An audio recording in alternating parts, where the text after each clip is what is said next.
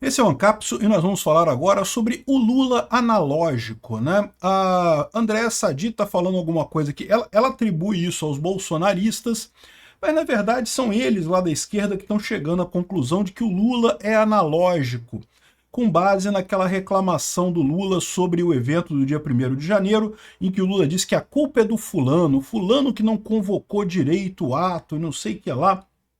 Vamos entender esse caso aqui. O Lula é analógico, é isso? Eu tenho uma posição um pouquinho diferente disso. A questão não é isso, não. O Lula é velho. Essa notícia foi sugerida por Luiz Bourbon, Peidei Xandão, mas saiu Barroso e várias outras pessoas. Obrigado aí ao pessoal que sugeriu notícias lá no nosso site, no visãolibertaria.com. E obrigado a você que está assistindo o nosso vídeo. Se você gosta do nosso conteúdo, por favor, deixe o seu like e se inscreva aqui no canal, né? Então, olha só, deu muito o que falar essa coluna da Andréa Sadi aqui. Ela está dizendo que bolsonaristas veem esquerda em modo analógico após Lula dizer que o ato de 1º de maio foi mal convocado. Ela tem razão, tá? Olha só o que o pessoal está dizendo aqui, ó. Aliados do ex-presidente Jair Bolsonaro avaliaram que a baixa adesão ao ato de 1º de maio se deu porque a esquerda governa de forma analógica e não entende que a mobilização começa pelas redes sociais e só vinga com uma comunicação online eficiente, né? E eu não tenho dúvida disso, tá? De fato, a esquerda sempre se acostumou a fazer manifestação através da centralização.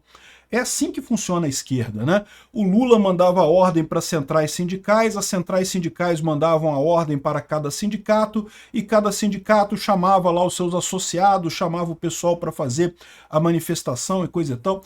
E isso, antigamente, era uma coisa muito poderosa, porque era a única forma que você tinha de mobilizar um monte de gente, né? Você tinha uma estrutura ligada à esquerda, que era principalmente os sindicatos, né? Mas não só isso, também tinham grêmios estudantis, Uni, né? Unis dos estudantes e não sei o que lá, organizações de estudantes, grêmios estudantis, partidos de esquerda, sindicatos. Essa estrutura toda é a estrutura centralizada da esquerda. Assim que durante muito tempo ela teve muito mais ocupação na rua do que a direita. Por quê? Porque a direita não tinha nada. Você ia convocar manifestação como? Você ia mandar um jornalzinho, fazer panfleto, né? A menos que algum jornal de grande circulação convocasse alguma coisa, não tinha manifestação da direita, né? Então, isso é o que acontecia antes das redes sociais. A informação centralizada dava o tom.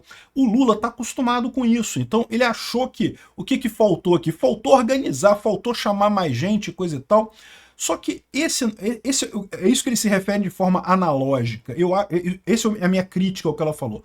Não é analógico e digital. A questão aqui é centralizado e descentralizado. Esse é que é o ponto, né? Na organização centralizada, que era a organização da esquerda, você tem uma estrutura hierárquica que você vai mandando as ordens, o pessoal vai obedecendo e aí consegue juntar um monte de gente no final das contas. Por que antes juntava mais gente do que agora? Porque antigamente tinha o valor dos sindicatos, né? Os sindicatos ganhavam o imposto sindical, então eles tinham mais dinheiro para chamar a gente, para ter mais associados, para ter mais gente trabalhando no sindicato e coisa e tal. E nesse momento eles não têm mais isso, então tem flopado todos esses eventos da esquerda. Mas a direita tem uma outra coisa, que é justamente as redes sociais, né? O Lula poderia usar as redes sociais? Em tese poderia. E esse é o ponto, é a outra crítica que eu faço aqui, né? Esse pessoal tá falando como assim, o Lula não usa as redes sociais. Se o Lula aprender a usar as redes sociais, ele resolve esse problema. Ao invés de delegar para o Márcio que o ato foi mal convocado, o ato está mal convocado, não sei o que lá, não fizemos o esforço necessário para levar a quantidade de gente que precisa levar e não sei o que lá, né, falando em referência ao Márcio Macedo, que é o ministro lá da Secretaria-Geral da Presidência, né? Então, ou seja, está dizendo que o ato foi mal convocado, né? E a visão do pessoal é isso, porque é um ato convocado, é um ato que o pessoal fez ali de forma hierárquica a convocação. Mas olha só, a verdade é que não é bem isso. Eu tenho certeza que houve convocação na internet também. O pessoal também chamou na internet para ir nesse ato aí do dia 1º de maio, né? O problema que eles enfrentam não é que eles não saibam usar a internet. Usar a internet é trivial. Você vai lá e bota o post, ó, vai ter manifestação dia tal. Olha o que o Bolsonaro faz. O Bolsonaro não faz nada demais. Ele vai lá, grava um vídeo, olha só, dia tal eu vou estar no Rio de Janeiro, eu vou estar em São Paulo, eu vou estar não sei aonde, e não sei o que lá, aguardo vocês lá e coisa e tal, né? Vamos lá sem cartazes e tal. Ou seja, ele grava. Usar a rede social é a coisa mais fácil do mundo. Qual que é o problema que esse pessoal não percebe ou finge não perceber? É que a rede social ela tem um fator de multiplicação que é muito importante. Eu, por exemplo, eu tenho 100 mil seguidores no Twitter, mas o Twitter não entrega o que eu digito ali para todos os meus seguidores, da mesma forma todas as pessoas. Então, sei lá, meu alcance dá em umas 5 mil pessoas no final das contas e minha conta no Twitter é relativamente bem movimentada, né? Mesmo o Lula, que teria uma conta muito mais movimentada, não consegue atingir tanta gente assim. Qual que é o segredo da coisa? É você botar uma mensagem que a pessoa que recebe essa mensagem, ela vai olhar para aquilo e vai falar, ah, caramba, gostei disso daqui, vou replicar, vou repostar, vou dar repost, retweet, vou comentar embaixo, não sei o que lá. Esse é o segredo da internet. Você, mesmo contas muito grandes, o alcance dela, se você for ver em número de pessoas que vai ver o post dela, é relativamente pequeno. Agora, se você bota uma ideia bacana, se você convence a pessoa de um negócio legal, essa pessoa vai querer compartilhar o seu post mais para frente. Ela vai querer levar aquela mensagem mais para frente. E isso vai espalhando, e aí sim você consegue ter um alcance monstruoso. Isso acontece com o Bolsonaro. Por que acontece com o Bolsonaro? Porque tipicamente as ideias do Bolsonaro, as coisas que ele reclama, têm apelo, a pessoa consegue entender a importância disso.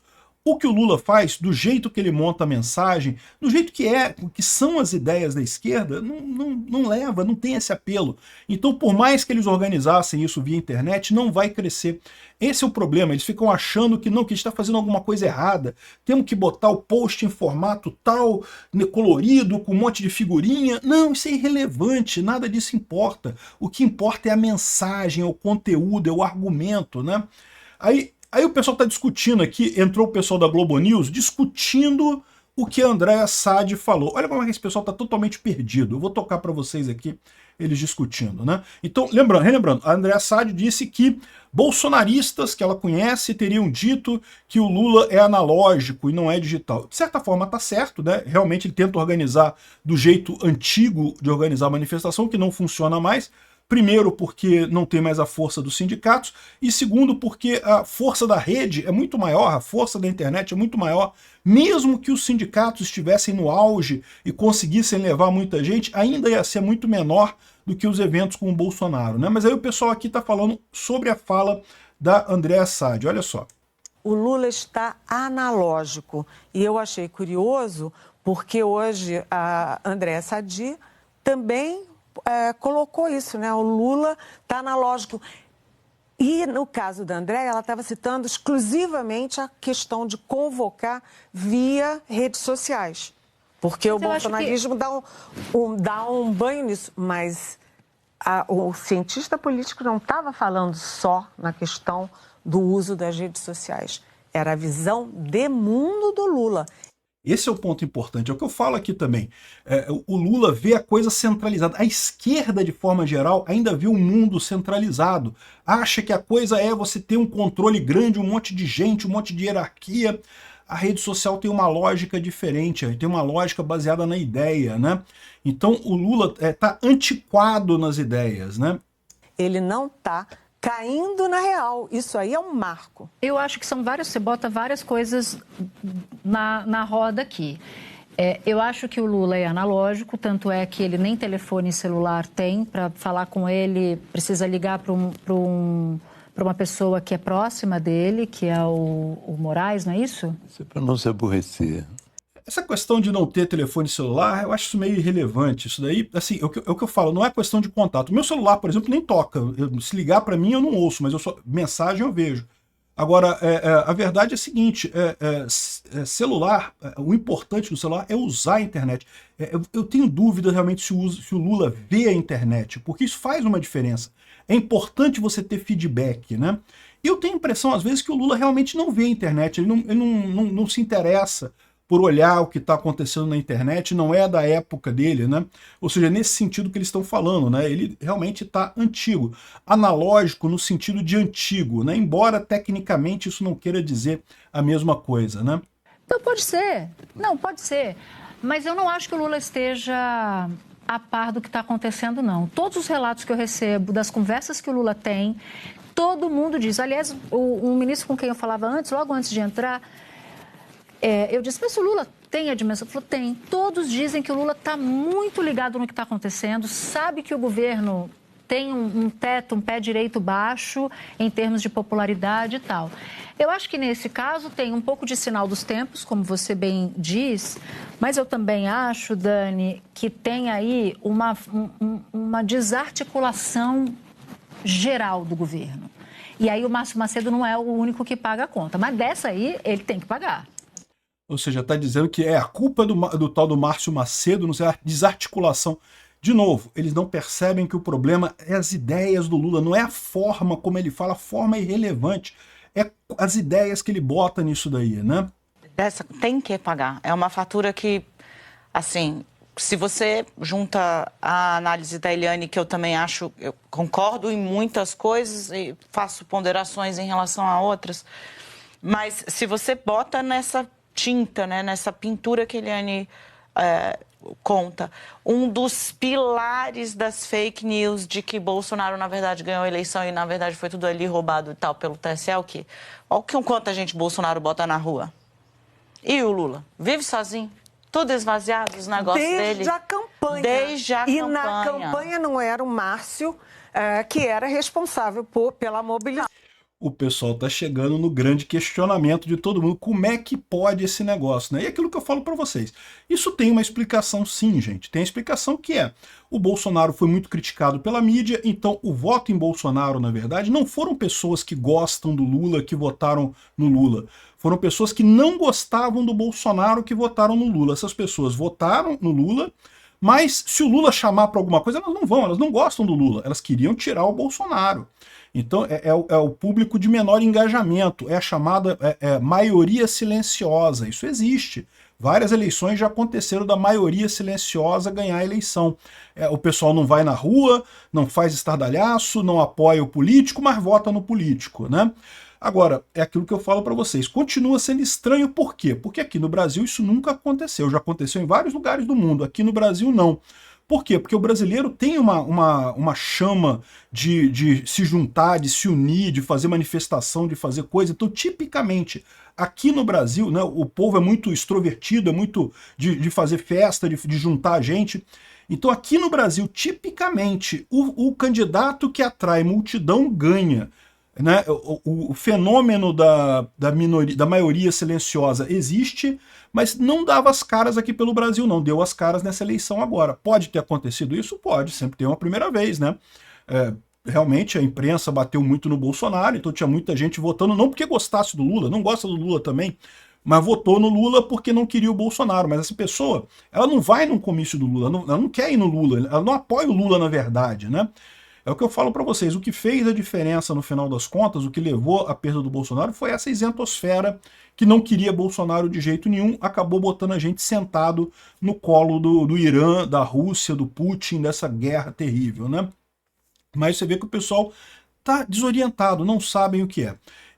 Bom, essa questão de analógico, digital, é uma lorota, assim, não é esse o conceito, né? Analógico não tem nada a ver com o que está acontecendo. O que está acontecendo aqui são dois problemas. Primeiro, a questão da centralização versus a distribuição em rede, informação centralizada versus informação descentralizada, e o outro ponto aqui é o que traz também aqui essa coluna do Estadão aqui, que parece que é do próprio jornal, não tem o nome da opinião de quem, a opinião do Estadão mesmo, dizendo a imagem do fracasso, falando do 1º de maio, que revela que a agenda do PT é vazia como aquela plateia. O presidente não tem conexão com trabalhadores do século XXI.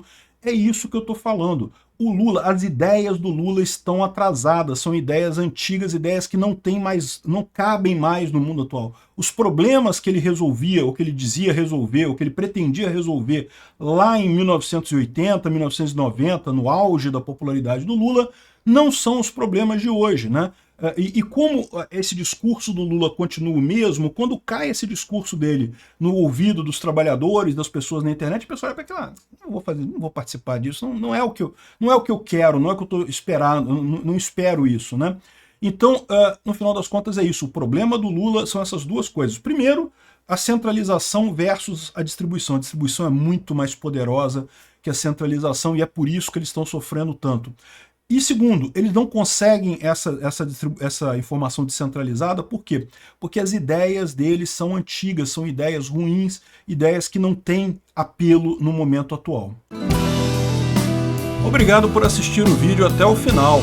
Além de curtir, compartilhar e se inscrever no canal, considere se tornar patrocinador com valores a partir de R$ 1,99. Clique no botão Seja Membro abaixo para saber as condições e vantagens de patrocinar o canal. Mais informações sobre o nosso projeto, visite nossos sites indicados na tela.